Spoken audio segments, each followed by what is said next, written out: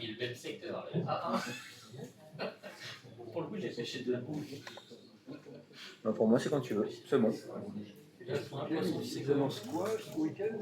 Bonjour à tous.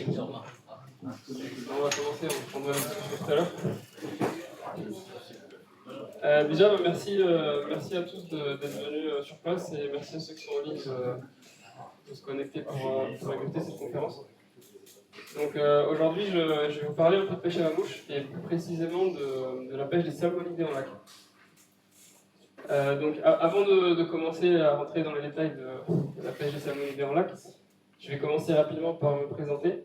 Je vais décrire en quelques mots la pêche à la mouche. Je ne sais pas s'il y a des débutants qui m'écoutent, mais je vais essayer de repartir vraiment des bases, que vous compreniez bien de quoi on parle. Je vais faire forcément une petite aparté sur la compétition, étant donné que je suis compétiteur et que je viens de ce milieu-là. Et puis je terminerai par parler donc, de la pêche des salmonidés en lac et en réservoir. Donc, comme vous avez peut-être pu le voir sur l'affiche de la conférence, donc, je m'appelle Pierre Koons, j'ai 29 ans. Donc, dans la vie, je suis ingénieur de recherche dans les batteries lithium-ion pour les voitures. Donc, j'ai fait des études, une école d'ingénieur et une thèse. Et je travaille aujourd'hui dans une start-up sur Grenoble, et donc je vis à Grenoble. Du côté sportif, donc, je suis compétiteur de pêche à la mouche depuis 2011. Sachant que j'ai attaqué la pêche quand j'avais 7-8 ans, pas à la mouche, sur les bords du lac Léman. Et puis j'ai commencé à pêcher à la mouche quand j'avais 12-13 ans. Voilà, j'ai découvert cette pêche à Argentat, sur la Dordogne. Et puis après j'ai continué à pratiquer en Alsace, donc mon pays d'origine, et dans les Alpes depuis que je suis installé dans les Alpes. Donc j'ai fait pas mal de compétitions internationales déjà, j'ai 12 médailles internationales. Donc sur ces 12 médailles, il y a 3 titres de champion du monde en équipe, avec l'équipe de France senior, et 2 titres de champion du monde individuel, donc en 2023 et 2024. Et donc pour ceux qui me connaissent, peut-être vous me connaissez via les réseaux, donc que ce soit sur Facebook ou Instagram, et puis ceux qui ne me suivent pas sur les réseaux, vous pouvez taper mon nom pour me suivre si ça vous intéresse. Voilà, donc en quelques mots, la pêche à la mouche. Qu'est-ce que c'est donc la pêche à la mouche? Ça se caractérise vraiment par déjà une gestuelle particulière. C'est une pêche qu'on ne peut pas confondre avec une autre, parce que le mouvement de lancer, il est vraiment spécifique. Ça consiste à lancer ce qu'on appelle une mouche avec la soie, mais c'est le poids de la soie qui sert à lancer. Donc comme vous pouvez voir sur l'image, ici, là, on peut aussi appeler cette pêche la pêche au fouet, parce qu'il y a vraiment un mouvement qui peut ressembler à celui d'un fouet. Et donc la mouche qu'on propulse, en fait, c'est une imitation artificielle de la nourriture de poisson qu'on fabrique sur un hameçon. Ça peut imiter tout un tas de choses dont le poisson s'alimente. Et en particulier, donc, pour la pêche des salmonidés, les insectes qui vivent dans la rivière. Et puis, à noter quand même une petite caractéristique encore de la pêche à la mouche, c'est que c'est l'une des seules techniques qui permet d'attraper toutes les espèces de poissons dans tous les milieux, que ce soit en mer, en lac, en rivière, en fleuve. Ça permet d'attraper les poissons carnassiers, les poissons qui se nourrissent d'insectes. C'est vraiment une pêche qui n'a pas de limite en termes d'espèces et de milieux. Ce qui la rend particulièrement intéressante. Voilà, donc rapidement pour faire un petit tour sur les mouches, la pêche des salmonidés. Donc la mouche, comme j'ai dit tout à l'heure, ça imite ce que le poisson il mange. Donc le poisson, nous, dans les rivières et dans les lacs, les poissons sauvages surtout, ils mangent des insectes. Donc là, un petit schéma très simple en fait pour montrer que on a des mouches qui imitent tous les insectes. Donc, par exemple là, si on parle de trichoptères, les larves de trichoptères qu'on peut retrouver dans pas mal de rivières, on a la mouche associée qui imite la larve qui est dans le fourreau. Donc, si on enlève le fourreau, la larve elle ressemble à ça. Et donc là, l'insecte qui va rester plusieurs mois voire années dans la rivière avec la larvaire, quand il va émerger à l'état adulte, on va avoir un sedge donc, ici qui va voler à l'extérieur de la rivière. Et on a la mouche qui ressemble également à cet insecte-là. Donc il n'y a pas que les trichoptères dans les rivières. Un autre exemple, on peut avoir des éphémères, où on retrouve pareil l'insecte sous l'état de larve et l'imitation de la larve d'éphémère. Et puis quand l'éphémère a décidé d'éclore, elle sort de l'eau, elle vole, et donc une éphémère adulte, ça ressemble à ce qu'on peut voir ici. Et l'imitation de la mouche qui ressemble à cette éphémère. Et sur ce côté droit, en haut de l'image. Donc en quelques mots, voilà, la pêche à la mouche, ça peut se définir comme ça. Et maintenant, je vais faire un petit aparté sur la compétition. Parce que c'est quelque chose que pas grand monde connaisse. Même les pêcheurs souvent ne sont pas au courant qu'on peut faire de la compétition de pêche, encore moins de la compétition de pêche à la mouche. Donc moi j'ai beaucoup de discussions même avec les non-pêcheurs pour leur expliquer un peu ce que c'est. Et je trouvais ça intéressant d'aborder le sujet ici, parce que je ne sais pas si tout le monde est au courant qu'il existe des compétitions de pêche. Donc je vous tenais à en dire quelques mots. Et donc le principe de la compétition en fait c'est d'attraper le plus de poissons possible en un temps donné sur un secteur donné. Ensuite, en fonction des poissons qu'on prend, en fait, on a des points qui sont attribués selon leur taille. Donc nous, à la mouche, c'est la taille qui compte. Par contre, si on prend les compétitions de pêche au cou, ça peut être le poids. En fait, chaque technique a sa façon de compter les points. Et donc, une fois qu'on a attrapé nos poissons, on a gagné des points, on va dire, en fonction de leur taille, et le plus on a de points, mieux on se classe dans une manche. Et souvent, quand on fait une compétition, on fait plusieurs manches. Donc, on va avoir plusieurs classements. Le cumul des classements de chaque manche va vous donner le classement général d'une compétition.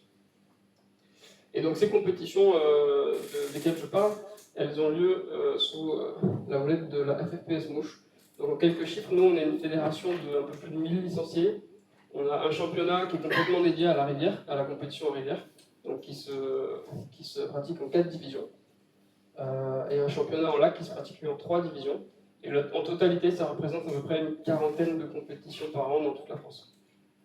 Et donc le principe des divisions, c'est comme dans tous les autres sports, on attaque à la division inférieure, quand on fait des bons résultats, on monte d'une division à l'autre. Et donc la première division, c'est la division dans laquelle on a théoriquement les meilleurs compétiteurs français. Ouais, donc je vais un peu vous imaginer comment se passe une compétition. Donc là, j'ai quelques images du championnat du monde de cette année, donc en 2024, qui s'est déroulé en juin dans les Pyrénées. Ici, en l'occurrence, c'est sur la rivière Tête, donc il y a une photo de moi dans la rivière. Donc là, le secteur, en fait, il fait 400 mètres, on avait une manche de 2 heures. Donc sur la journée de compétition où j'allais pêcher la tête, j'ai fait 2 secteurs de 400 mètres. Un le matin, un l'après-midi. Et donc ces secteurs, ils sont définis d'avance sur une carte, ils sont balisés par des panneaux.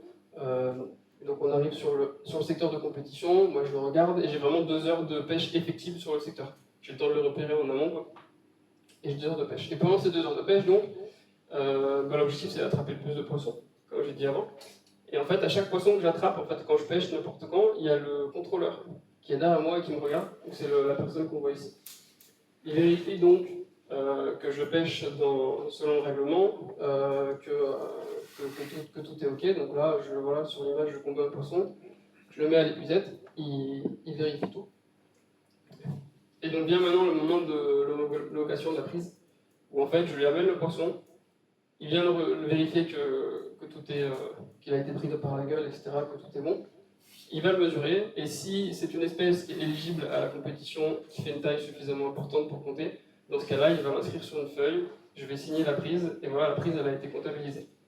Donc ici c'est un peu particulier, il y a une troisième personne qu'on voit ici, c'est le juge international, puisqu'en fait au championnat du monde, étant donné que c'était en France, le contrôleur que vous voyez là sur la droite était français, moi bien sûr j'étais français aussi, et donc il y a un juge international, en l'occurrence là c'était un Slovène, qui était là pour vérifier que tout se passait bien et qu'il n'y avait pas d'entente entre Français. Voilà, et du coup, pour conclure sur la compétition, en fait, ça apporte quoi? J'ai parlé de tout ça parce que la compétition, ça permet vraiment un apprentissage constant de nouvelles techniques de pêche, parce que les techniques évoluent d'année en année, on a des techniques toujours plus pointues, une compréhension de la pêche qui évolue. Ça permet également de découvrir de nouveaux milieux, puisque les compétitions, on les réalise en fait où on nous dit qu'il faut aller. Donc on apprend à pêcher des nouvelles rivières et de nouveaux lacs, parce qu'on fait de la compétition. Et enfin, ça permet de rencontrer d'autres passionnés de pêche, et de compétition bien sûr. Et en fait, en participant à des compétitions, ça permet de développer la technicité de l'analyse de l'adaptation. Et c'est en fait tout un bagage technique qui permettra après de se faire plaisir à la pêche au bord de l'eau, peu importe où vous allez aller. C'est vraiment... L'école de la compétition, c'est vraiment une bonne école pour se faire plaisir à la pêche en fait après tous les jours. Du coup, n'hésitez pas à poser des questions. Je vais entrecouper la présentation de quelques moments si vous avez des questions. Même ceux qui sont en ligne, n'hésitez pas à écrire des questions. Je pourrai y répondre également. Du Du coup, je ne sais pas s'il y a déjà des questions sur la première partie que j'ai pu présenter. Si ce n'est pas le cas, je vais pouvoir passer à la suite. Et donc rentrer dans le vif du sujet sur la pêche des salmonidés en lac. Donc la pêche des salmonidés en lac, je l'ai divisée, pour moi elle se divise vraiment en deux parties. On a premièrement la saison hivernale, donc c'est plus ou moins la saison où on arrive maintenant, où on va pêcher en réservoir. Donc souvent on va pêcher des poissons qui ont été déversés dans les lacs, pas des poissons sauvages, avec des techniques de pêche bien appropriées, donc on va détailler un peu après.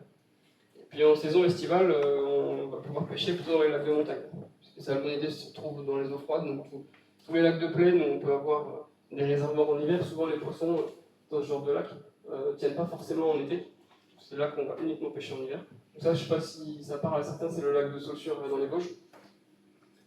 Et puis donc sur la droite, c'est le lac de montagne. Ça, c'est les lacs des Sept-Lots en Isère. Où on retrouve des poissons soit sauvages, soit albinés, en tout cas de petite taille, mais en tout cas qui ont un comportement vraiment de poisson sauvage. Et donc on ne pratique pas tout à fait la même pêche dans ces deux cas. Donc pour commencer sur la pêche en réservoir. Donc la plupart du temps, le poisson ciblé, c'est la truite arc-en-ciel. Donc c'est des poissons qui vont être déversés entre 30 et 70 cm. On peut aussi avoir d'autres espèces de salmonidés, mais en majorité, c'est la truite arc-en-ciel, c'est celle qui est le plus répandue. C'est une pêche qu'on va pratiquer d'octobre à mai. En gros, d'octobre à mai, voilà. Donc c'est dans des plans d'eau privés, donc où il n'y a pas de période de fermeture sur la pêche de la truite en réservoir. On peut le pêcher en plein hiver. Et donc on a une multitude de techniques qu'on peut utiliser. C'est pour ça que je vous ai mis entre autres une image avec quelques moulinets avec des soies, parce qu'en fait c'est l'une des pêches où on va pouvoir utiliser des soies de plein de densités différentes, avec des propriétés différentes qui vont couler plus ou moins vite, etc. Donc selon les techniques qu'on pratique, on va vraiment choisir le matériel adapté. Et du coup là je vais parler de quelques techniques, en particulier les techniques principales selon moi pour la pêche en réservoir. Donc ça va être la pêche en sèche, la pêche en infavue, la pêche que je vais appeler au bouchon. Alors c'est pas vraiment du bouchon, on peut aussi appeler ça de la sèche-nymphe, mais nous couramment on appelle ça du bouchon. La corde à linge, et enfin le streamer et le bobby. Donc pour commencer, on va commencer en partant de la surface de la pêche la plus légère, donc sur la pêche en sèche. Donc déjà le matériel utilisé, c'est un matériel qui se rapproche presque de celui de la rivière, donc c'est souvent 10 pieds soit 5. Même si maintenant en rivière on a tendance à alléger la puissance du matériel, à passer plutôt sur des soies de 3, voire même de 2. Et disons que traditionnellement, le matériel basique, c'est 9 pieds soit 5. Voilà, donc pour la pêche en sèche, en lac, on utilise ce type de matériel avec une soie flottante, voilà, un profil. Moi, j'utilise personnellement du WF, mais ça pourrait très bien être du DT. Sur lequel on va monter des balis assez longs, donc environ 2 fois la longueur de la canne. Après, ça dépend un peu de l'aptitude de chacun à déplier les longs balis. Ou alors même pour la compétition, le règlement, puisqu'on est limité à 2 longueurs de canne, même si on pourrait faire plus. C'est une technique qu'on va pratiquer à 1 à 2 mouches. On pratique beaucoup la sèche à 1. En réservoir, on peut pêcher en sèche à 2 mouches. C'est quelque chose qui se fait un peu moins, mais qui peut être intéressant et qui peut ramener pas mal de poissons. Et sur les diamètres de fil, donc, on va pêcher souvent entre 10 et 14 centièmes, voilà, selon les conditions. Alors maintenant, il y a plusieurs questions qui se posent pour chaque technique. C'est quand est-ce qu'on la pratique, comment on la pratique, qu'est-ce qu'on met comme mouche.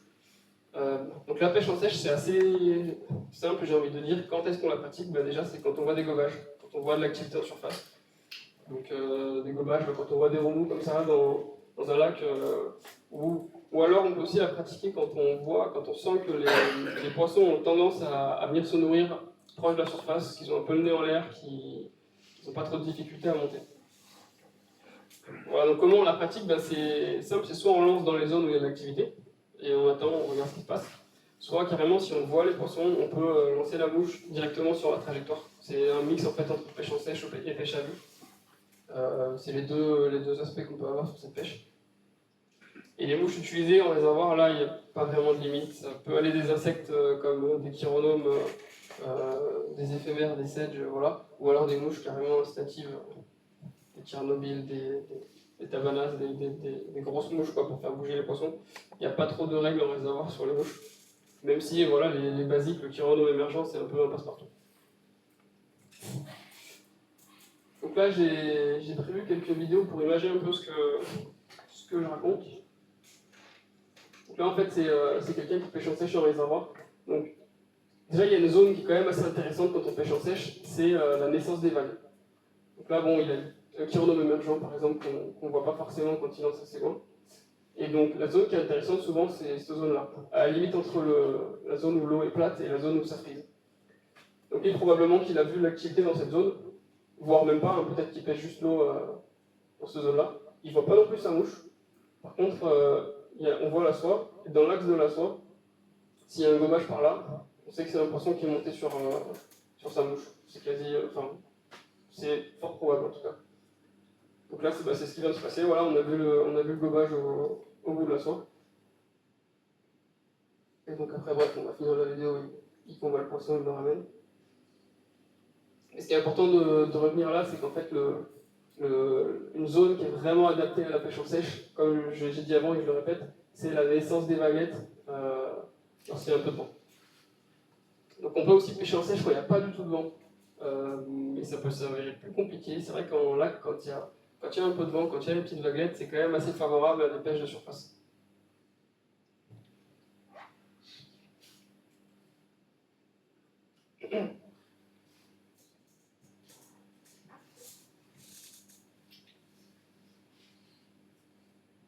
Voilà.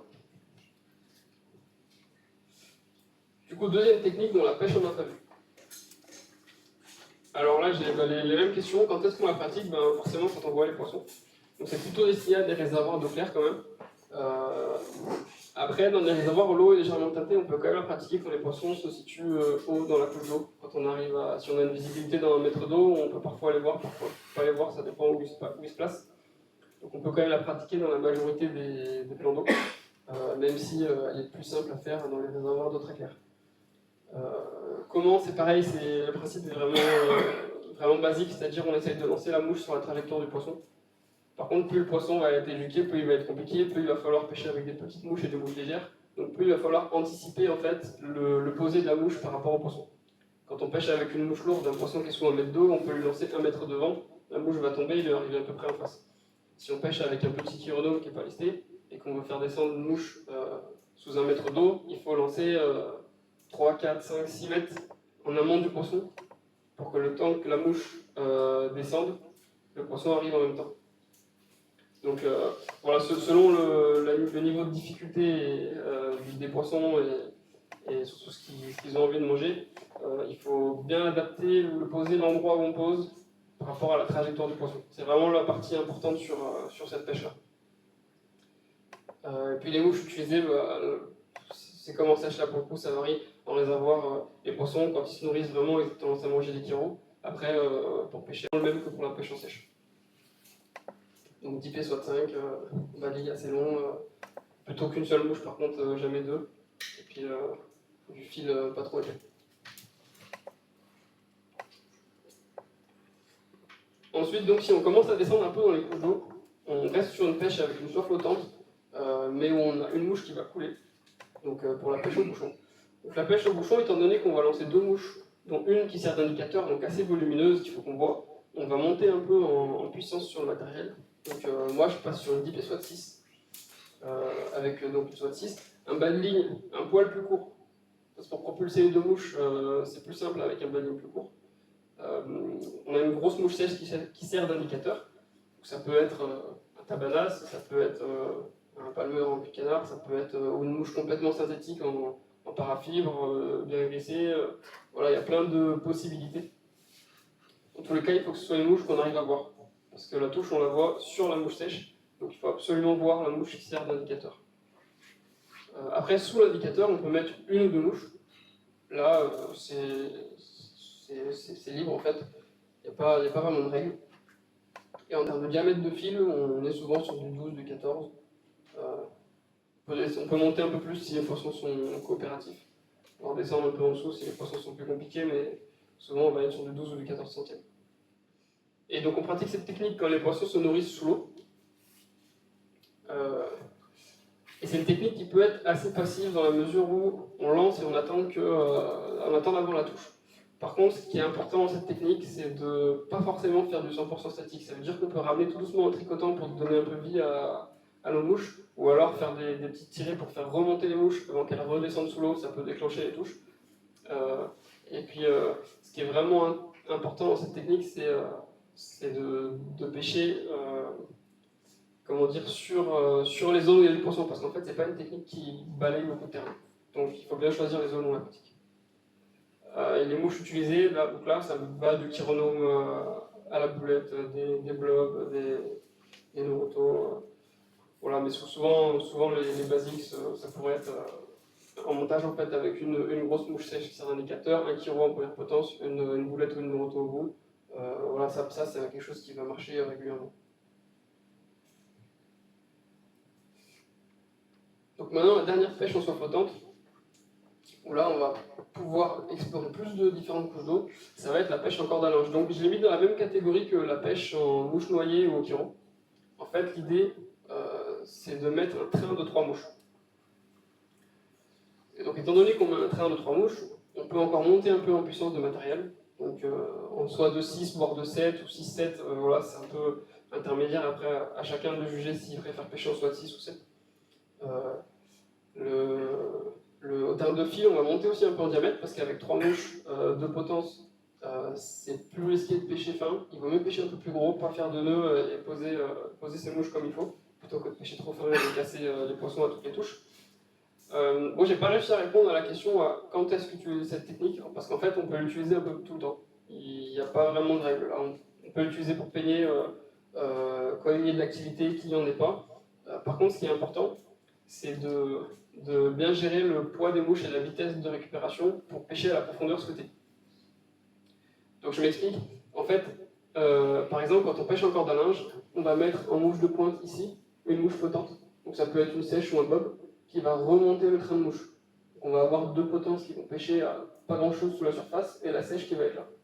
Donc on peut pratiquer cette technique pour pêcher vraiment l'extrême surface. A contrario, si on met une mouche très lestée au bout, elle va tout tirer vers le bas et on peut descendre pêcher des profondeurs de 3-4 mètres environ. Donc ce qui est très important dans cette technique, c'est vraiment adapter son montage, le poids des mouches, est-ce qu'on met une mouche flottante au bout ou pas, pour pêcher à la bonne profondeur.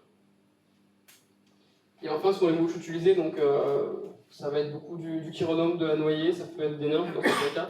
Et puis on peut mettre un teaser aussi, un blob ou un bob en pointe avec des couleurs un peu fluo pour attirer un peu l'intérêt du poisson. Alors ça, c'est une technique qui est vraiment intéressante parce qu'en fait, elle peut être autant visuelle que tactile. Donc là, je vais montrer quelques vidéos pour que vous compreniez. Donc première situation, quand le lac est complètement lisse. Donc là, le lac est complètement lisse. On ramène un peu pour être au contact des mouches, mais en fait, il ramène pas très vite là le pêcheur. Et en fait, il faut regarder le bout de la soie là, à l'endroit où la soie plonge dans l'eau.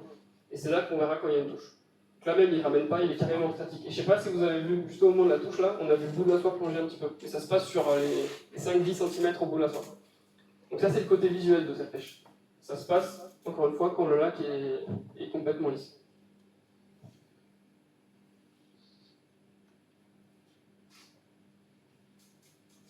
À noter que souvent, ici on pêche avec un train de mouche, souvent on peut avoir des très grosses touches, des touches très très franches, en particulier quand les poissons prennent la première mouche de potence en haut vers la soie.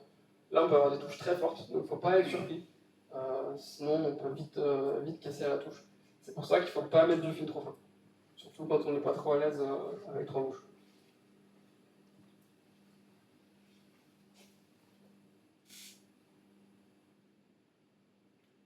Après, étant donné qu'au réservoir, il y a des gros poissons, les combats, ça peut durer un peu. Et les potences sont combien en longueur? Et ça va se passer de combien? Les potences, en général, on va dire entre 10 petits centimètres et 15 cm. C'est une moyenne, mais ça dépend un peu de la préférence de chacun. Je sais qu'il y a des pêcheurs en réservoir qui mettent de très longues potences. Moi, personnellement, j'en ai pas des très longues, environ 10 cm. L'ordre de grandeur est là. Et l'espacement Entre les mouches? Et ben ça dépend un peu de comment on veut pêcher. On va dire un espacement standard, ça va être 1 mètre en moyenne. Après, on peut rallonger les poissons qui sont un peu éduqués dans les eaux claires. Quand on met 3 mouches, si on met 3 mouches espacées de 50 cm, ça va pas le faire, donc on peut rallonger, on peut mettre 1,50 m entre les mouches. Si on veut également peigner des couches d'eau plus différentes, on va espacer les mouches. Par contre, si on veut comment dire, avoir 3 mouches qui pêchent au même endroit, on peut les rapprocher un peu. Mais voilà, en moyenne, si on espace les mouches d'1 mètre, 1 mètre 20, ça passe, globalement, ça passe à peu près partout. Voilà, donc la deuxième situation, quand il commence à y avoir de la frise, alors là, c'est la pêche qui est un peu plus simple, souvent la touche un peu plus franche, quand il y a un peu de frise sur l'eau. Et donc là, où déjà, le pêcheur il est obligé de ramener, d'avoir le contact, parce qu'il n'a pas le côté visuel. Enfin, c'est plus difficile de l'avoir, en fait. On peut toujours regarder vers le bout de la soie, là, des fois on arrive à voir. Pour ça, ça peut être bien de pêcher avec des soies de couleur vive. Mais c'est pas forcément nécessaire, juste en fait en ramenant, on a la soie qui se tend, et comme dit, quand les poissons ils prennent, franchement, quand ils mangent des tyrans, qui prennent la première mouche en haut, en fait on a des touches, ça rigole pas quoi. C'est vraiment ça peut arracher la soie des mains. Comme ça va durer un peu, une autre question. Ouais. En réservoir, et en lac aussi, on est obligé de lancer très loin? Pas forcément. Alors la distance de lancer c'est quand même un gros avantage quand on pêche, surtout au streamer, quand on pêche au hobby, quand on pêche sur des pêches actives. Après, quand c'est des pêches où les poissons se nourrissent, en fait tout dépend où sont les insectes. Parce qu'il y a des lacs par exemple où il y a les insectes au bord, il y a la nourriture qui est au bord, les poissons ils passent à 1 mètre du bord et on peut les pêcher sous la canne. A contrario, si il y a tout le lac hélice et qu'il y a des vaguelettes qui sont à 30 mètres, si on lance dans les vaguelettes, forcément on aura plus de résultats. Donc c'est pas nécessaire, mais forcément lancer loin c'est un avantage, ça permet d'avoir accès à des poissons que les autres n'ont pas accès. 30 jusqu'à 30 mètres. Comment? Jusqu'à 30 mètres. Mais plus pour les meilleurs lanceurs, mais déjà quelqu'un qui pêche comme il faut à 30 mètres, il n'y en a pas beaucoup. À 30 mètres vraiment mesuré avec le baline posé comme il faut, il n'y en a pas beaucoup. Certains arrivent à dépasser, mais déjà quelqu'un qui pêche à 30 mètres régulièrement, c'est déjà un très très bon lanceur.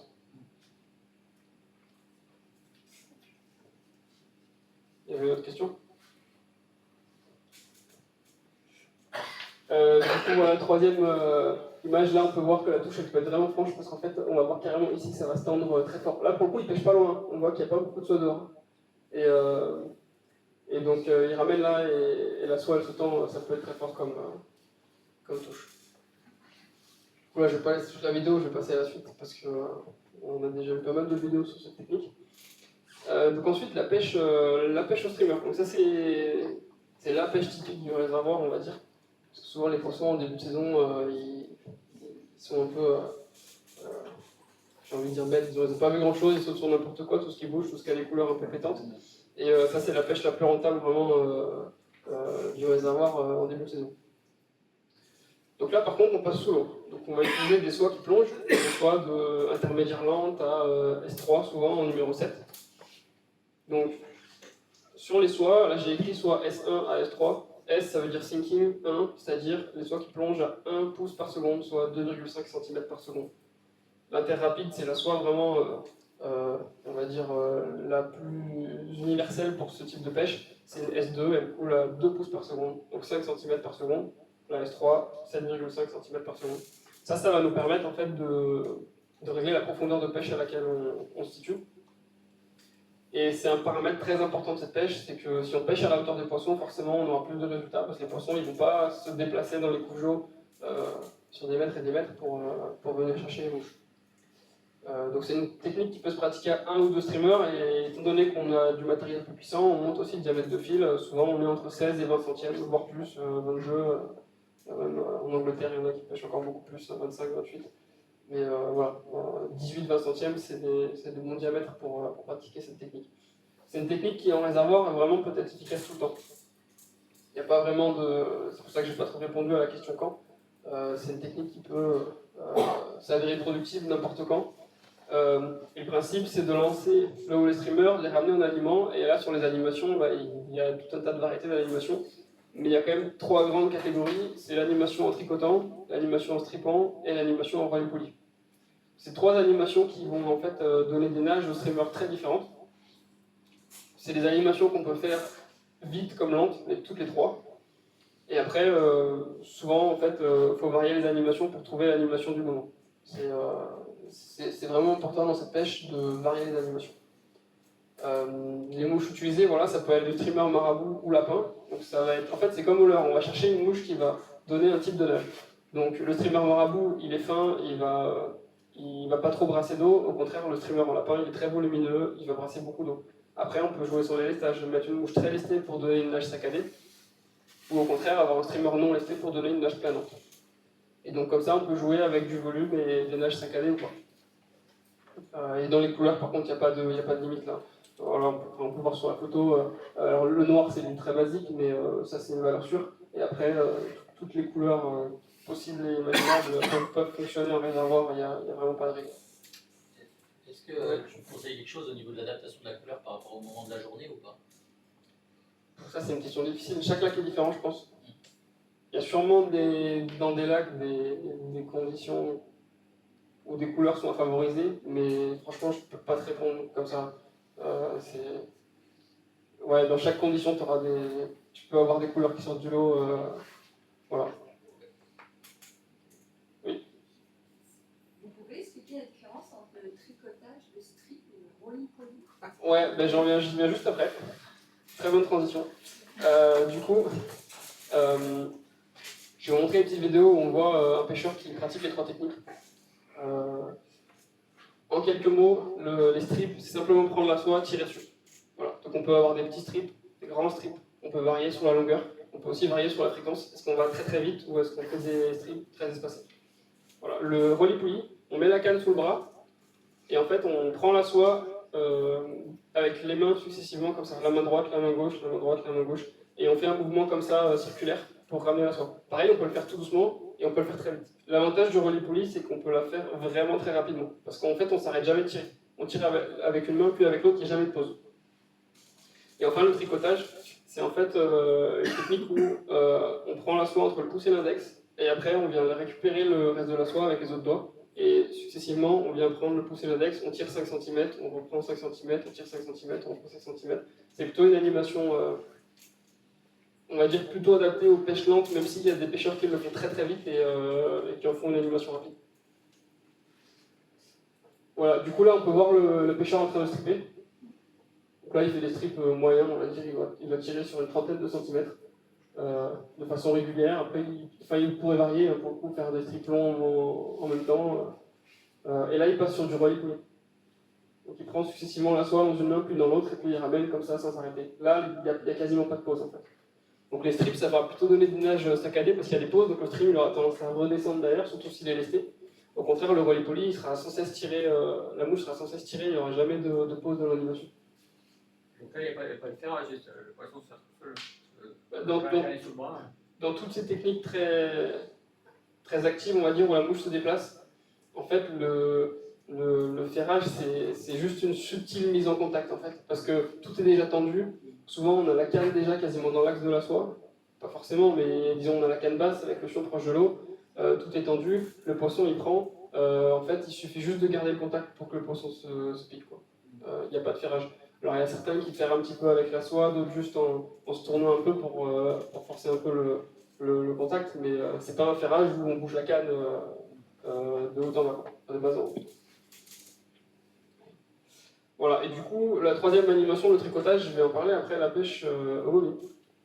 C'est une animation qui est très très adaptée à la pêche au bobby. Elle peut aussi être utilisée pour le streamer, mais c'est une animation phare en fait de la pêche au bobby. Donc le bob, c'est quand vraiment on va descendre dans les couches d'eau. Là, on va prendre les soies plongeantes entre S3 et S7. Toujours sur des soies de numéro 7.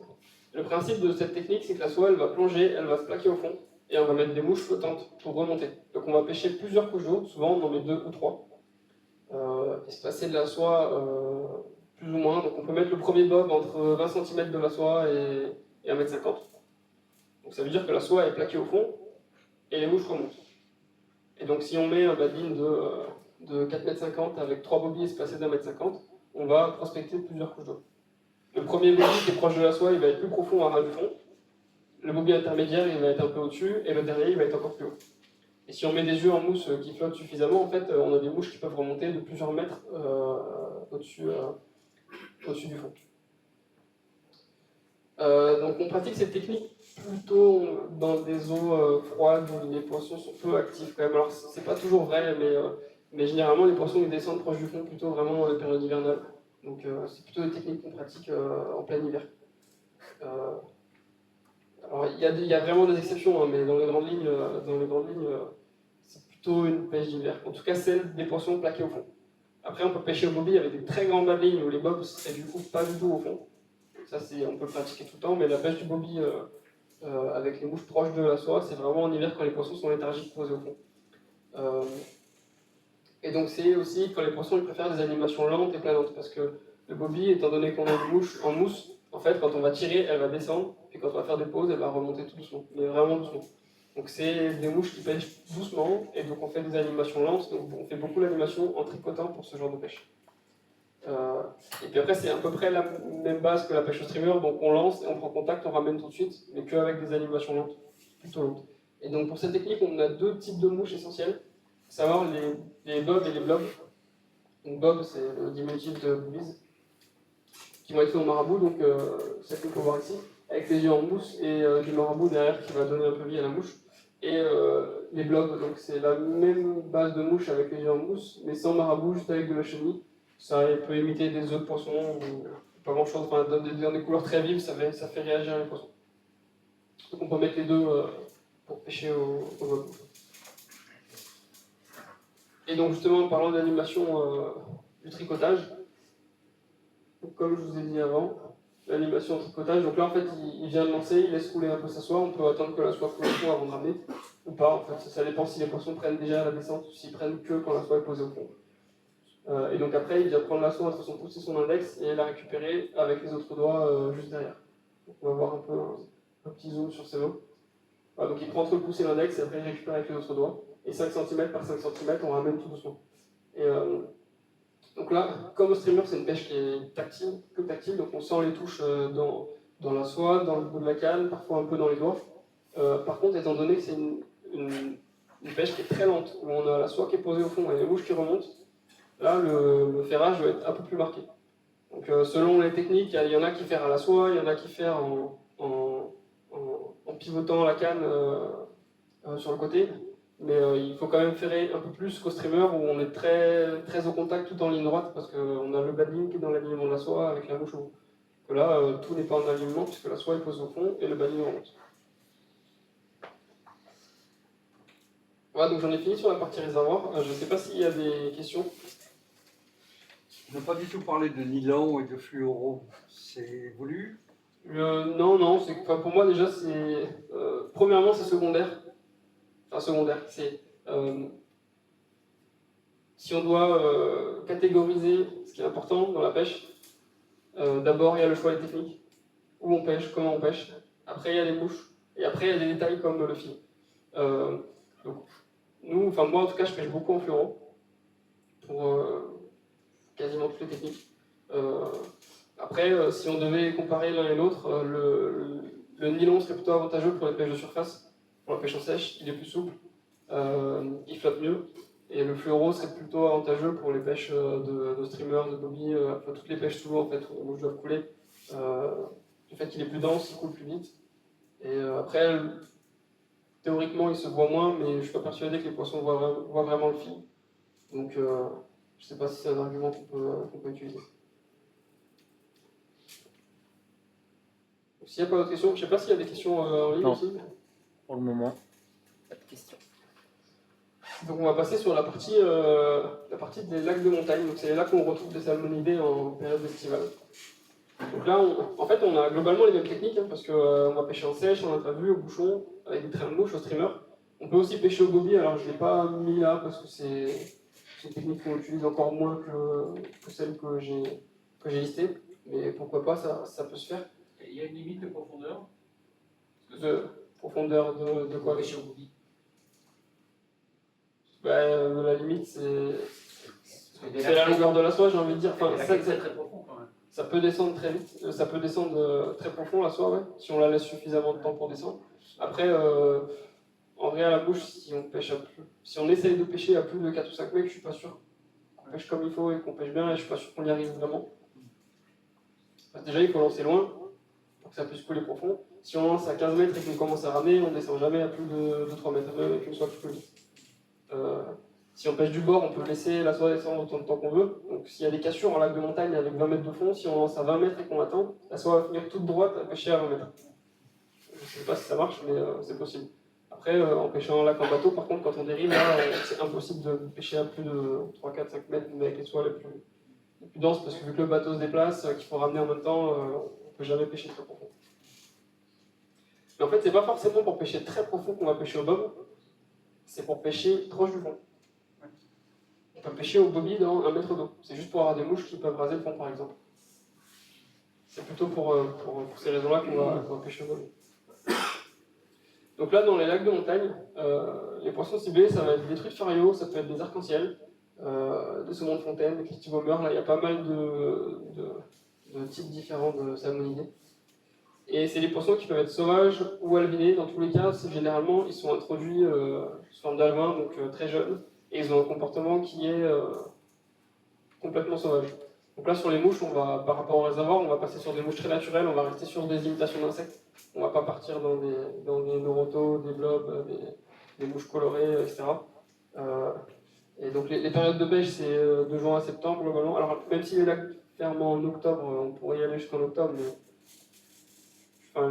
souvent les conditions météo sont quand même plus clémentes pour pêcher en altitude de juin à septembre. Et donc si on commence sur la pêche en sèche, donc le matériel c'est exactement comme un réservoir. La seule différence, c'est qu'on va descendre un peu en diamètre de fil, parce que souvent on va pêcher des poissons qui sont un peu plus petits et qui peuvent être un peu plus craintifs. Du coup, le fait qu'ils soient plus petits, ça nous permet de descendre en fil sans risquer trop de casser. Et étant donné qu'ils vont plus sélectionner et regarder les mouches, voilà, le descente en fil, ça permet d'avoir plus de montée sur la sèche. Et pareil que tout à l'heure, donc on pêche en sèche quand les poissons ils sont en train de gober ou quand ils montrent un comportement, des signes qu'ils ont le nez en l'air. Parce qu'on peut prendre des poissons qui gobent ou alors voir des poissons qui ne gobent pas, on leur pose la mouche dessus, ils montent naturellement, surtout quand lac de montagne. Les lacs sont assez pauvres en nourriture, donc ils mangent beaucoup d'insectes terrestres donc qui arrivent de l'extérieur. Et donc c'est des poissons qui se nourrissent beaucoup en surface. Voilà, donc comment on pratique cette pêche? En lançant dans les zones d'activité ou alors en voyant les poissons, on lance sur leur trajectoire. C'est les deux principales méthodes qu'on peut utiliser. Et les mouches utilisées, donc, comme avant, ça peut être du kiro, de l'éphémère, des sedges selon ce qu'ils veulent, sachant qu'en lac de montagne, il y a quand même une bonne partie de la pêche qui se fait avec des mouches terrestres, type des fourmis, des sauterelles, des scarabées, des mouches qui peuvent être assez volumineuses, même ça peut faire bouger des poissons. À l'impact, souvent, on peut voir des poissons monter de 3-4 mètres de fond pour aller prendre une mouche en surface. Donc ensuite, la pêche en infavue. Voilà, sur le matériel, comme tout à l'heure, on ne bouge pas de la pêche en sèche, c'est la même chose. Donc forcément, là, il faut voir les poissons. Alors souvent, au lac de montagne, l'eau est très claire, donc c'est assez pratique pour pêcher à vue. Et puis en plus, les poissons, souvent, ils sont assez proches du bord, parce que, étant donné que la nourriture, c'est beaucoup des insectes terrestres, ils ont tendance à se rapprocher des berges, puisque c'est de là que les insectes terrestres viennent. Et comme avant, il faut lancer la mouche sur la trajectoire du poisson. Il faut jongler entre le poids de la mouche et la distance à laquelle on pose du poisson pour que la mouche descende au bon moment, qu'elle arrive en face du poisson quand il nage. C'est le plus difficile à maîtriser dans cette technique. Et puis les mouches utilisées, ça peut être du chironome, des nymphes, des larves d'insectes qui vivent dans les lacs, ça peut être aussi des larves de libellules, tous les insectes qui peuvent être présents dans l'écosystème des lacs de montagne. En termes de taille de mouche, ça dépend des insectes. Ça peut aller de... C'est le même principe qu'en rivière, il n'y a pas de différence. Pareil. Ouais, pareil. Donc en lac de montagne, on peut aussi pratiquer la pêche au bouchon. Par contre là, on ne va pas forcément monter en puissance sur le matériel comme en réservoir. On peut pêcher en soie de 5 aussi. Alors 6 c'est adapté, mais 5 ça va très bien. Pourquoi? Parce que déjà on va pêcher un peu plus fin. Les poissons ils vont plus regarder le fil. On va pêcher avec des plus petites mouches, donc il n'y a pas besoin d'avoir une grosse soie pour lancer forcément toutes les mouches. Et puis on pêche plutôt à une seule mouche sous le bouchon aussi. Voilà, et donc ça peut être pratiqué par exemple quand on voit des poissons se déplacer, se nourrir sous l'eau, sur les cassures en fait, à des endroits où on a une visibilité qui est moins bonne mais qu'on voit un peu quelques poissons, on peut lancer un bouchon à cet endroit-là et regarder ce qui se passe. Et comme au réservoir aussi, on peut faire des animations, animer un petit peu, ça permet de déclencher l'intérêt d'un poisson. Il y a combien entre la sèche et le... Donc la sèche et la nymphe, et ben entre la sèche et la nymphe, en fait, selon la hauteur des poissons, tu peux régler. Donc au plus court, on va mettre 50 cm. Bon, nous, en compétition, on est limité à 50 parce qu'on n'a pas le droit de mettre plus proche. Mais sur le papier, tu pourrais même mettre moins que 50 cm si vraiment les poissons sont avant la surface. Et par contre, si tu veux pêcher à 2 mètres de profondeur, tu mets 2 mètres entre la sèche et la mouche qui est en dessous. Ça, tu choisis vraiment la profondeur à laquelle tu pêches et si tu as la bonne profondeur, normalement, tu as plus de résultats. La sèche, elle est montée en potence ou elle est montée... Alors tu peux avoir les deux montages. Tu peux faire la sèche en potence. L'avantage de monter la sèche en potence, c'est qu'elle pêche un peu mieux. Quand tu as des montées sur la sèche, tu as plus de chances de faire le poisson. Par contre, tu perds un peu en sensibilité à la touche. Par contre, si tu mets la sèche, donc tu peux accrocher la sèche par l'œillet et accrocher le montage dessous sur le même œillet de la mouche. Là, tu es plus sensible à la touche. Tu n'as pas la potence qui peut décaler un peu le temps de la touche. Par contre, tu auras beaucoup plus de loupés quand le poisson monte sur la sèche. Souvent, la mouche sera moins bien prise et tu auras plus de loupés. Mais les deux montages sont possibles.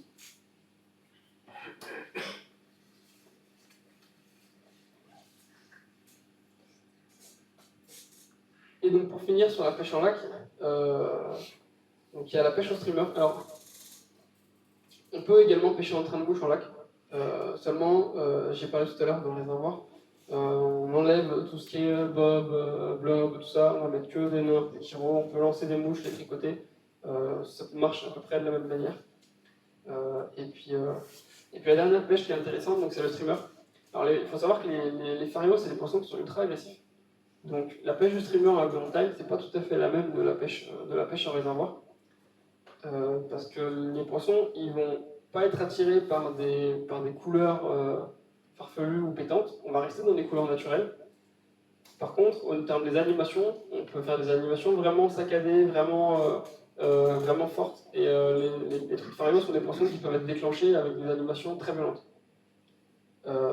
Du coup, voilà, ça se pratique de la même façon comme le réservoir, avec des sauts d'intermédiaire lente, interrapide, voire S3. On peut mettre 1 ou 2 streamers. On descend un peu en taille de fil également, parce qu'on ne pêche pas des poissons de 50 cm, la plupart du temps c'est des poissons entre 20 et 30. Donc le 16 à 18 centièmes, c'est les diamètres de fil qui sont bien adaptés pour la pêche au streamer en lac de montagne. Sur les couleurs de mouche, ce sera plutôt du naturel, donc du olive, du noir, du marron, avec éventuellement un peu de brillant dedans pour donner un peu vie à la mouche. Et ouais, la grosse différence, c'est que les animations saccadées font quand même la différence sur les trucs farieux.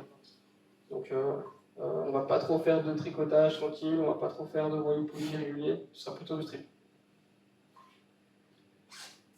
Voilà, du coup, je ne sais pas si vous avez des questions sur la pêche en lac de montagne.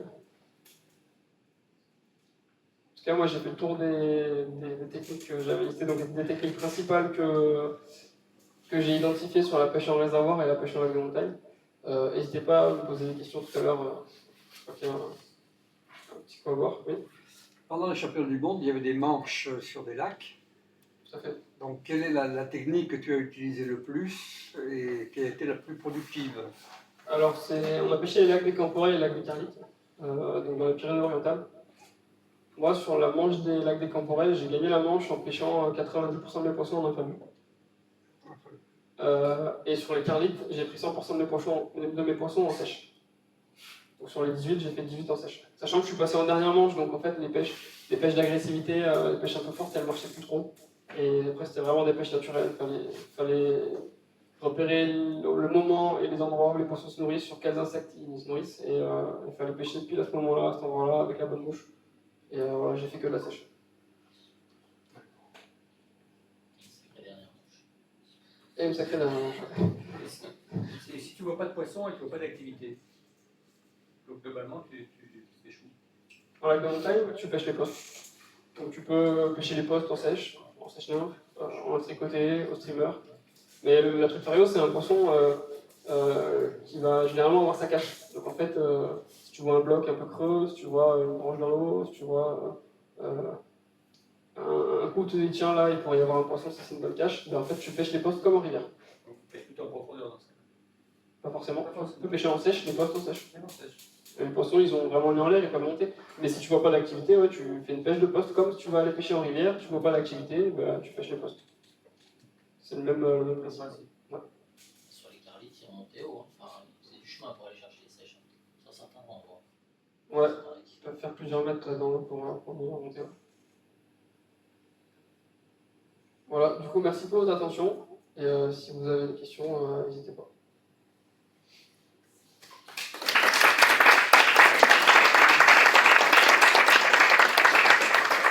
Bon, en tout cas, merci d'être venu.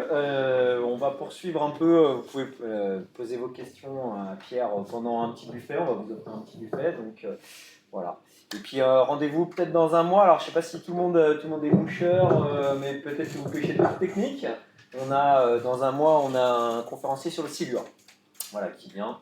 Donc voilà, vous pouvez aussi vous inscrire. N'hésitez pas pour venir. Voilà.